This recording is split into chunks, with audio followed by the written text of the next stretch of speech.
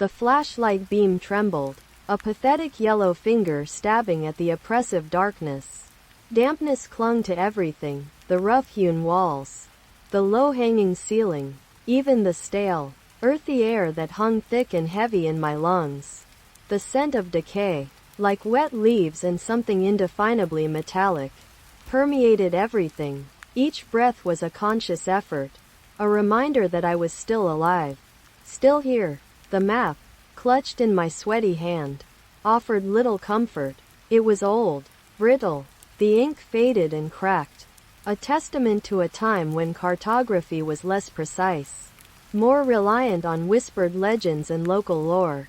The Blackwood tunnels, it proclaimed, with a flourish that felt almost mocking in this subterranean labyrinth. Caution advised. The earth remembers. I scoffed, the sound swallowed by the vast emptiness around me. Caution advised? The earth remembers? Romantic drivel. I, Professor Alistair Croft, renowned archaeologist and staunch rationalist, wasn't about to be deterred by folklore. I was here for the find, the rumored catacombs beneath Blackwood Manor. A potential treasure trove of Roman artifacts. A career-defining discovery. The manor itself was a crumbling ruin, perched precariously on a windswept hill overlooking this desolate valley. Locals spoke of it in hushed tones. Tales of madness, suicides, and unspeakable rituals. I dismissed it all as superstitious nonsense, the product of generations of isolation and inbreeding. But standing here, in the suffocating darkness, a sliver of doubt, cold and sharp, pricked at my resolve. The tunnel sloped downward, the stone walls narrowing as I descended. The air grew colder, a damp chill that seeped into my bones. The flashlight beam caught on something ahead, a glint of metal embedded in the wall. I approached cautiously, my heart hammering against my ribs. It was a plaque, tarnished and almost illegible. After a moment of frantic rubbing, I managed to decipher the inscription. Hic quiescit anima demonis. Cave introitum. Latin. Here rests the soul of a demon. Beware entrance. I hesitated, a knot forming in my stomach. Another superstition. Surely. But the plaque was undeniably old, its presence suggesting that someone, at some point, had taken the legend seriously. I took a deep breath and pressed on. The tunnel opened into a larger chamber, a cavern of echoing silence. The air here was almost palpable, a suffocating weight that pressed down on me. My flashlight beam danced across the walls, revealing grotesque carvings, twisted figures with elongated limbs, faces contorted in silent screams, symbols that seemed to writhe and shift in the flickering light. This was no Roman catacomb. Panic began to claw at the edges of my mind. I told myself to be rational, to analyze, to understand, but the sheer wrongness of the place was overwhelming. This wasn't archaeology. It was something else. In the center of the chamber stood a stone altar, stained a dark, unsettling color. A network of channels had been carved into its surface, leading to a central basin. The smell of decay was overpowering here, acrid and sickening. I forced myself to approach the altar, my boots crunching on the uneven stone floor. As I drew closer, I noticed something in the basin, something small and white. I reached out a gloved hand and brushed away the dust. It was a bone. A human bone. My breath hitched in my throat. I stumbled back, my mind reeling. This wasn't just a superstition. It was a crime scene, a place of sacrifice. Suddenly, a sound echoed through the chamber, a low, guttural growl that seemed to vibrate in the very stones beneath my feet. I spun around, my flashlight beam cutting through the darkness. Nothing, just the shadows and the carvings, watching me with silent malevolence. I told myself it was my imagination, the product of fatigue and fear. But the growl came again, closer this time, accompanied by a faint scratching sound, like claws on stone.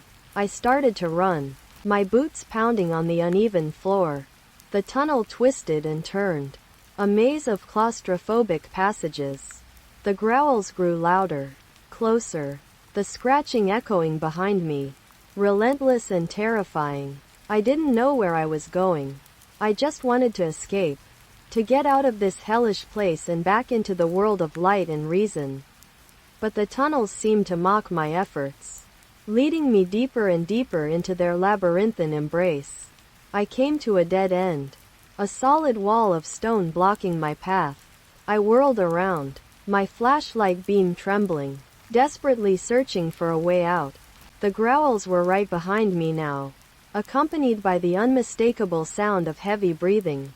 I pressed my back against the wall, my heart pounding in my chest. I could feel the cold, damp stone against my skin, the carvings seeming to writhe and pulsate in the flickering light. Then, a pair of eyes materialized in the darkness, glowing with an unholy light. They were close, too close, burning into me with a malevolent intensity. I screamed, a primal cry of terror that echoed through the tunnels. A figure emerged from the shadows, its form indistinct, but undeniably monstrous. It was tall and gaunt, with elongated limbs and razor-sharp claws. Its face was hidden in shadow, but I could feel its gaze, cold and hungry, fixed on me. I closed my eyes, bracing myself for the end, but the attack never came. Instead, I felt a strange sensation, a tingling in my skin, a pulling in my mind. It was as if something was trying to enter me. I fought against it, desperately trying to maintain my consciousness. But the presence was too strong, overwhelming my will, invading my mind. I saw images, not my own, flashing before my eyes, scenes of unspeakable horror, rituals of sacrifice, orgies of blood and pain. I felt emotions, alien and terrifying, rage, hatred, a bottomless hunger for power. I screamed again, but the sound was trapped in my throat, a silent plea for help that no one could hear. The presence deepened, taking root in my mind, corrupting my thoughts, twisting my desires. I felt myself changing, becoming something else. The monster in front of me stepped back, its glowing eyes narrowing in satisfaction. It reached out a clawed hand and touched my forehead. And then, everything went black. I awoke with a gasp, my body drenched in sweat. I was lying on the stone floor, the flashlight beside me, its beam illuminating the grotesque carvings on the walls. The monster was gone. I sat up, my head throbbing, my mind reeling. Was it a dream? A nightmare? I didn't know, but something had changed. I felt different, stronger, somehow, more aware. I stood up, my legs unsteady. I looked down at my hands, and I saw that my fingernails had grown longer, sharper. My skin felt taut, almost reptilian. I stumbled towards a pool of water that had collected in a crevice in the wall. I leaned over and looked at my reflection. My eyes were glowing, the same unholy light that I had seen in the eyes of the monster. I recoiled in horror, my hand flying to my face. But it was too late. The transformation was complete. I was no longer Alistair Croft, the renowned archaeologist. I was something else entirely. The demon that had been trapped in these tunnels for centuries had found a new host, and I was it. A surge of power coursed through me, exhilarating and terrifying. I could feel the demon's thoughts, its desires, its insatiable hunger. I wanted to kill. I wanted to destroy. I wanted to consume. I looked around the chamber, my glowing eyes searching for a victim. But there was no one here. Just me, and the echoes of the demon's laughter, filling the empty tunnels. Then, I remembered the manor, the crumbling ruin on the hill, the people in the nearby village. A smile spread across my face, a grotesque parody of a human expression. I had a purpose now. I had a mission. I had a feast to prepare. I started to walk, my steps growing stronger, more confident with each stride. The tunnels seemed to open before me, guiding me towards my destination. As I walked, I began to hear voices. Whispers in the darkness, growing louder, more insistent. They were coming from the walls, from the stones themselves. They were the voices of the damned, the souls who had been trapped in these tunnels for centuries, their suffering feeding the demon's power. They were welcoming me. They were accepting me. They were embracing me as one of their own. I reached the entrance to the tunnels and emerged into the night. The moon was full, casting long, eerie shadows across the landscape. The manor loomed in the distance, a dark silhouette against the star-studded sky. I started to run, my legs moving with unnatural speed. The wind whipped through my hair, carrying the whispers of the damned. I could smell the fear in the air, the anticipation of the villagers. I was coming for them, and there was nothing they could do to stop me. As I approached the manor, I noticed something strange, a light in one of the windows. Someone was inside. Curiosity piqued. I crept towards the manor, scaling the crumbling walls with ease. I peered into the window. An old woman sat at a table, surrounded by candles. She was hunched over a book, her lips moving in silent prayer. It was Agnes, the village elder, the one who had warned me about the tunnels, the one who had told me the stories of the manor. She knew what I was. She was prepared. I smashed through the window, shards of glass raining down on her. She looked up, her eyes filled with a mixture of fear and resignation. "I knew you would come," she said, her voice trembling. "You cannot stop me," I growled, my voice a guttural rasp. "Perhaps not," she said, "but I can delay you." She reached for something on the table, a small silver crucifix. I lunged at her, my claws outstretched, but before I could reach her, she raised the crucifix and began to chant in Latin. A wave of pain washed over me, searing my flesh, burning my soul. I recoiled in agony, clutching my head. The demon inside me was screaming, thrashing against the power of the crucifix. I staggered backwards, my body convulsing. Agnes continued to chant, her voice growing stronger, more resolute. The pain was unbearable. I couldn't stand it anymore. I turned and fled, crashing through the manor doors and disappearing into the night. I ran until I could run no more. Collapsing in a heap in the forest, the pain slowly subsided, leaving me weak and exhausted. The demon was still inside me, but its power had been diminished. Agnes had weakened it, given me a chance, but it wouldn't last. The demon would recover, and when it did, it would be stronger than ever. I had to find a way to get rid of it. I had to find a way to save myself. I remembered something Agnes had said, something about a ritual, a way to banish the demon back to where it came from. But the ritual required a sacrifice, a human sacrifice. I recoiled in horror. I couldn't do that. I wouldn't. But what choice did I have? It was either sacrifice someone else, or be consumed by the demon and become a monster. I spent days wandering in the forest, wrestling with my conscience. The demon whispered in my ear, urging me to embrace my destiny, to give in to my desires. I resisted, but it was becoming harder and harder. Finally, I made a decision. I would perform the ritual, but I wouldn't sacrifice an innocent person. I would sacrifice myself. I returned to the manor, the place where it all began. I found the ancient book that Agnes had been reading, the one that contained the ritual. I spent hours studying the text, deciphering the archaic language, memorizing the incantations. When I was ready, I went down into the tunnels, back to the chamber where the altar stood. The air was thick with the stench of decay, the whispers of the damned echoing in my ears. I placed the book on the altar and began to chant.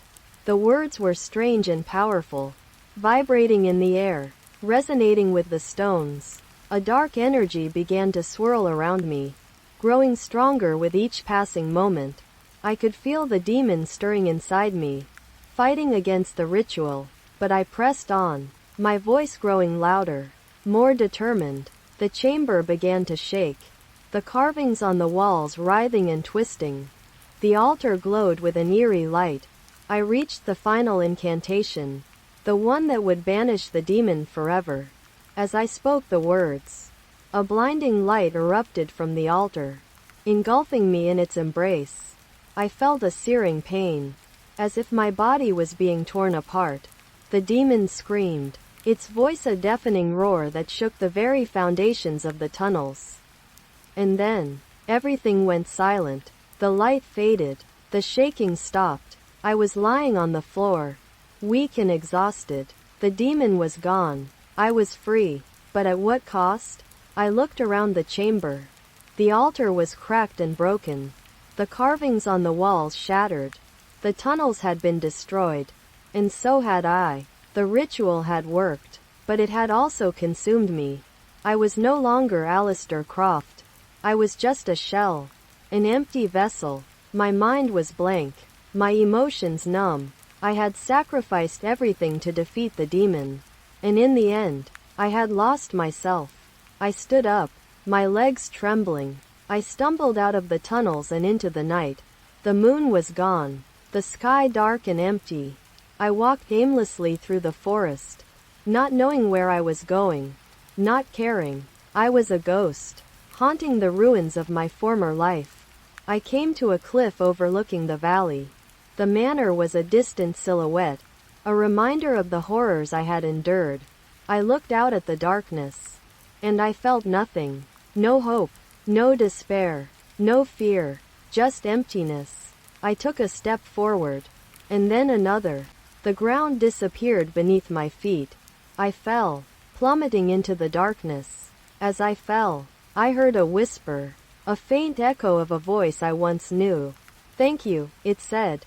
And then, everything went black.